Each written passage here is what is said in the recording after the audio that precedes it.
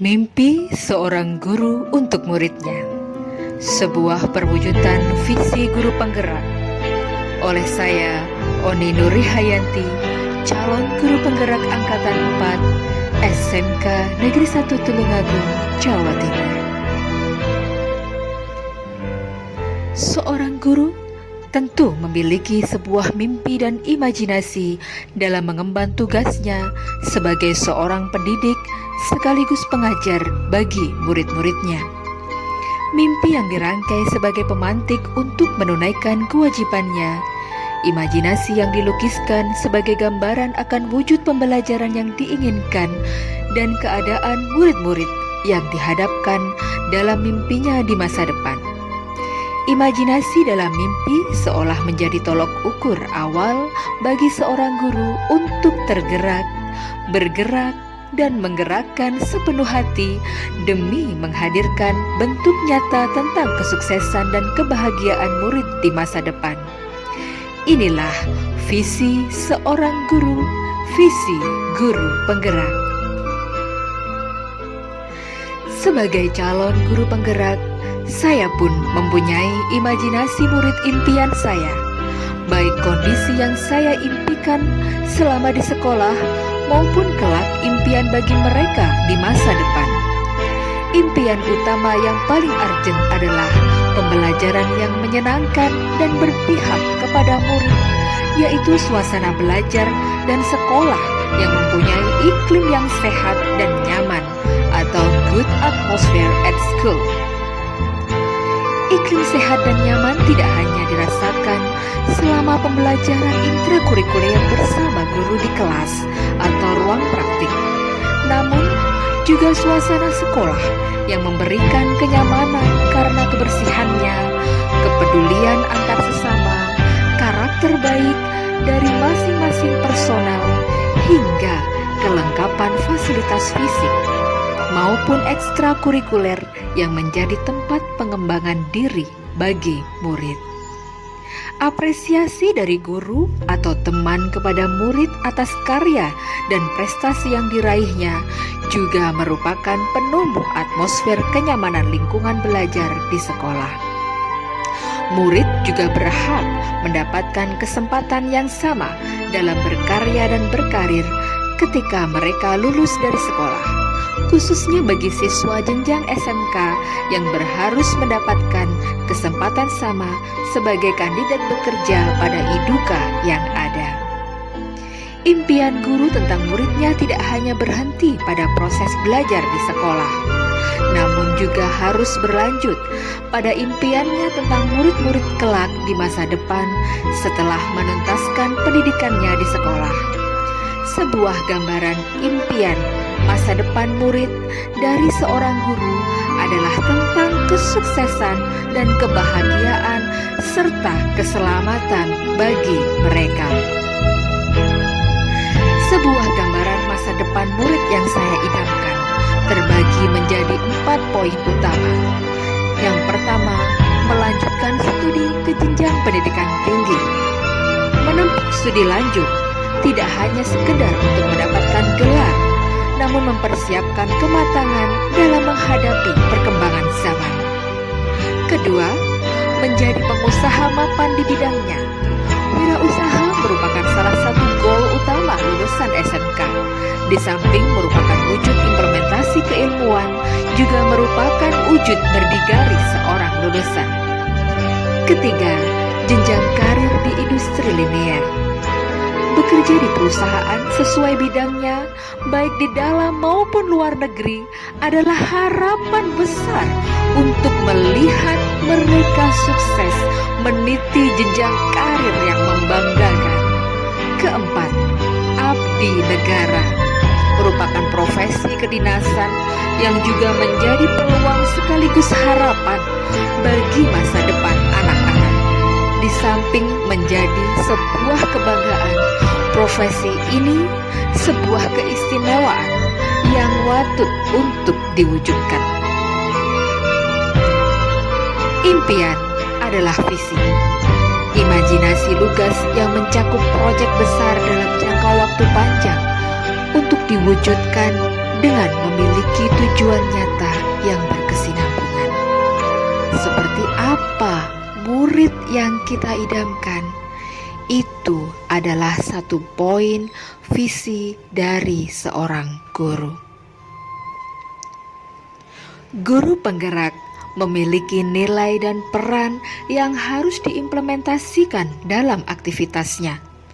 Guru penggerak harus mempunyai visi besar yang berpihak pada murid tentang layanan belajar dan pengembangan diri murid. Visi besar akan menumbuhkan komitmen dan keyakinan seorang guru penggerak untuk mewujudkannya serta terpacu untuk melakukan peningkatan kualitas diri dan menguatkan kolaborasi di lingkungan sekolah, sehingga terjadi upaya perbaikan dan perubahan yang berkesinambungan. Visi dapat diwujudkan dengan pendekatan perubahan yang mengacu pada budaya positif yang sering dilakukan di sekolah, baik budaya sikap, perbuatan, dan bentuk kegiatan warga sekolah. Namun, perubahan positif dan konstruktif membutuhkan tahapan yang tidak mudah, sehingga seorang guru penggerak harus terlatih menggerakkan diri sambil terus mencoba menggerakkan orang lain. Untuk mewujudkan visi tersebut harus digunakan paradigma atau pendekatan yang dikenal dengan inquiry apresiatif. Inquiry apresiatif adalah pendekatan kolaboratif dengan melakukan perubahan berbasis kekuatan yang mengedepankan prinsip psikologi positif dan pendidikan positif. Inquiry apresiatif sebagai wujud paradigma perubahan dengan menitik beratkan pada potensi kekuatan. Penerapannya dengan melakukan metode Bagja. Bagja merupakan metode yang diterapkan di Indonesia dengan melakukan 5 tahap, yaitu buat pertanyaan utama, ambil pelajaran, gali mimpi, jabarkan rencana, dan atur eksekusi. Implementasi inquiry apresiatif dalam mewujudkan visi dimulai dengan melakukan pemetaan kekuatan yang ada di sekolah. Kekuatan yang dimiliki sekolah antara lain: kepala sekolah yang mempunyai peta kekuatan bijaksana, seorang motivator, jiwa kepemimpinannya tinggi, mendukung kreativitas, mengakomodir pembelajaran potensi siswa, dan pengembangan diri guru.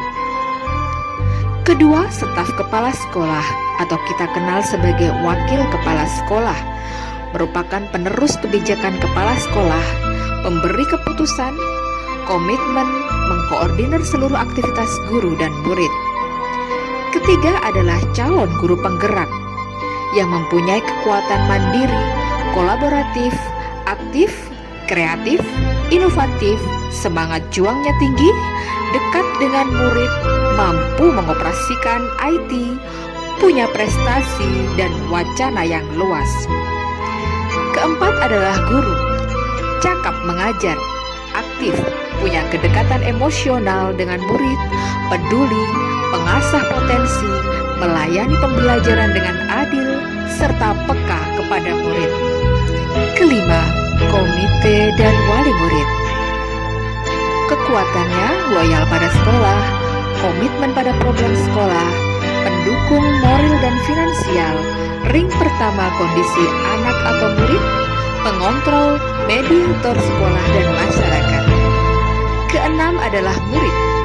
Dia mempunyai niat belajar yang kuat, kreatif, inovatif, potensi besar sesuai talentanya, aktif berorganisasi, berprestasi, disiplin, dan berkarakter. Ketujuh adalah tenaga kependidikan. Mempunyai kekuatan yang bertanggung jawab pada kelengkapan sarana sekolah, punya kemampuan IT, komitmen pada kepegawaian guru, bank data siswa, operator sekolah, dan tim promosi sekolah. Cabang dinas pendidikan adalah poin yang ke-8. Dia bertanggung jawab dalam kegiatan-kegiatan kabupaten, provinsi, dan nasional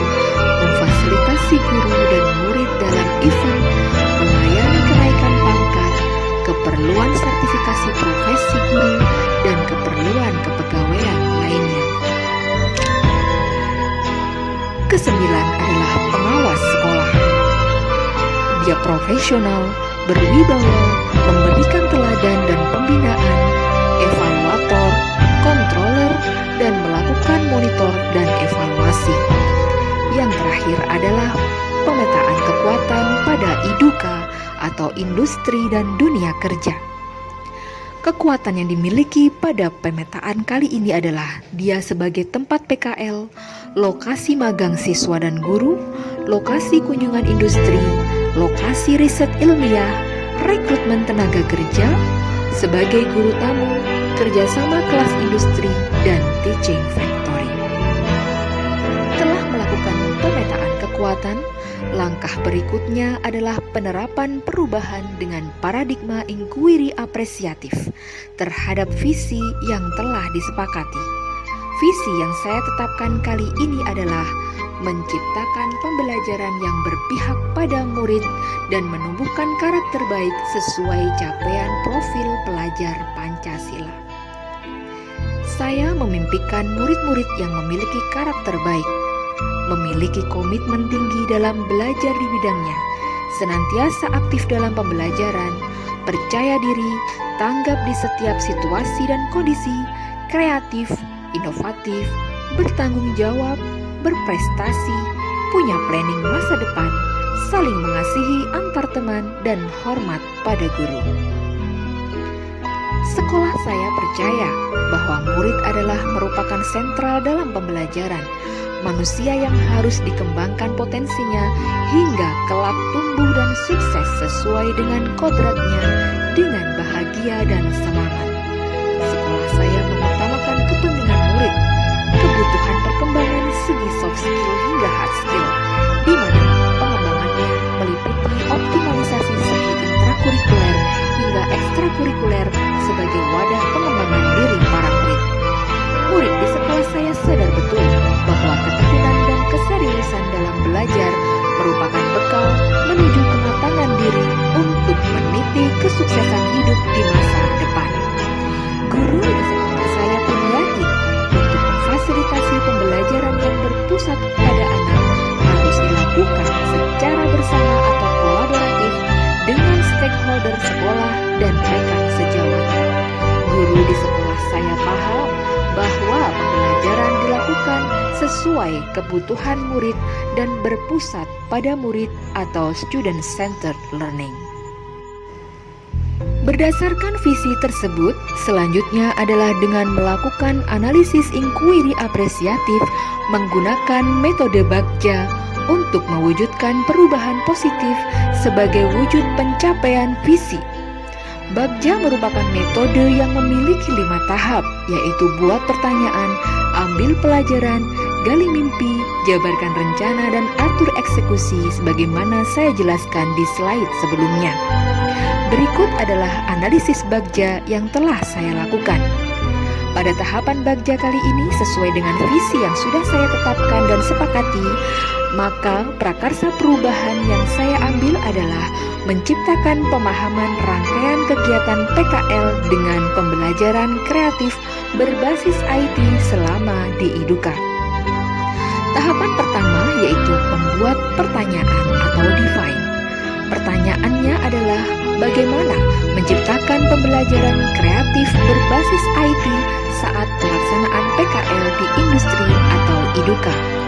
Daftar tindakan yang perlu dilakukan untuk menjawab pertanyaan tersebut antara lain melakukan pendataan aktivitas atau kegiatan selama PKL sesuai dengan kompetensinya, menentukan topik-topik utama kegiatan PKL, dan melakukan penelusuran kemampuan siswa dalam membuat video kegiatan praktik dengan aplikasi yang dikuasai. Tahapan kedua adalah ambil pelajaran atau discover. Pertanyaan yang muncul pada tahap ini yaitu apa kreativitas yang pernah dihasilkan dengan kemampuan IT yang pernah dilakukan oleh siswa? Daftar tindakan yang dilakukan antara lain uji coba membuat video pendek pada saat praktik di sekolah, melakukan eksplorasi tahapan atau skenario pembuatan video, melakukan cross-check aplikasi pembuatan video yang dimiliki siswa, melakukan pendataan pengalaman pembuatan video, baik konten media sosial maupun kompetisi yang pernah diikuti. siswa. Tahap ketiga yaitu gali mimpi atau dream. Bagaimana pelaksanaan pembelajaran berbasis IT dengan memproduksi video kegiatan praktik saat PKL? Daftar tindakan ini meliputi pembelajaran berbasis IT saat kegiatan PKL. Siswa SMK dilakukan secara mandiri dengan membuat skenario terlebih dahulu sebagai bahan pembuatan video sesuai dengan urutan kegiatan praktik berkompetensi. Video dibuat dengan kualitas standar dengan durasi maksimal 10 menit dengan konten isi pembelajaran, bukan drama. Video yang telah diproduksi dapat bermanfaat sebagai bahan dokumentasi kegiatan audiovisual, referensi pembelajaran dan media promosi jurusan atau sekolah, serta kerjasama dengan IDUKA. Di samping itu, video dapat digunakan sebagai ajang kompetisi video kontes. Tahapan yang keempat yaitu jabarkan rencana atau desain. Bagaimana mewujudkan rencana kegiatan pembelajaran berbasis IT dengan baik? Daftar tindakan yang dilakukan yaitu mengkoordinasikan dengan rekan sejawat di jurusan, memberikan sosialisasi atau pengarahan kepada seluruh siswa, orientasi di lokasi PKL tentang rangkaian aktivitas yang akan dilakukan, serta melakukan pendataan judul video yang akan dibuat agar tidak terdapat kesamaan antara kelompok satu dengan yang lainnya. Tahapan terakhir dari bab Ja yaitu atur eksekusi atau deliver. Pertanyaan yang muncul pada tahap ini yaitu siapa saja yang terlibat dalam bertanggung jawab pada pelaksanaan kegiatan tersebut. Bagaimana melakukan monitoring perkembangan pelaksanaan penugasan tersebut. Daftar tindakan yang perlu dilakukan yaitu personal yang terlibat dan bertanggung jawab adalah guru pembimbing PKL, ketua program keahlian dan koordinator kelompok PKL. Monitor perkembangan tugas dilaksanakan secara berkala, misalnya saat monitoring PKL melalui grup WhatsApp PKL atau komunikasi personal dengan anggota PKL yaitu murid.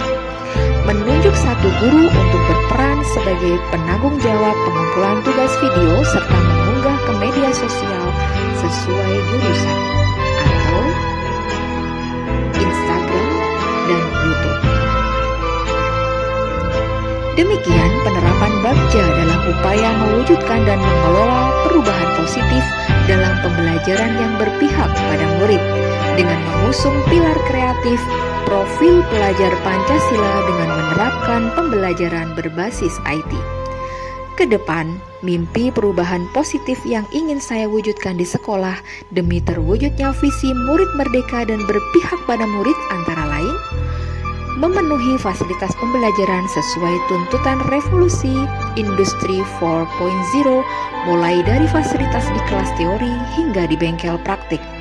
Menggerakkan ekstrakurikuler secara aktif dengan menempatkan guru-guru potensial sesuai talentanya serta punya komitmen untuk mengangkat prestasi. Pembentukan komunitas literasi dan duta literasi setiap kelas serta membentuk tim jurnalis sekolah.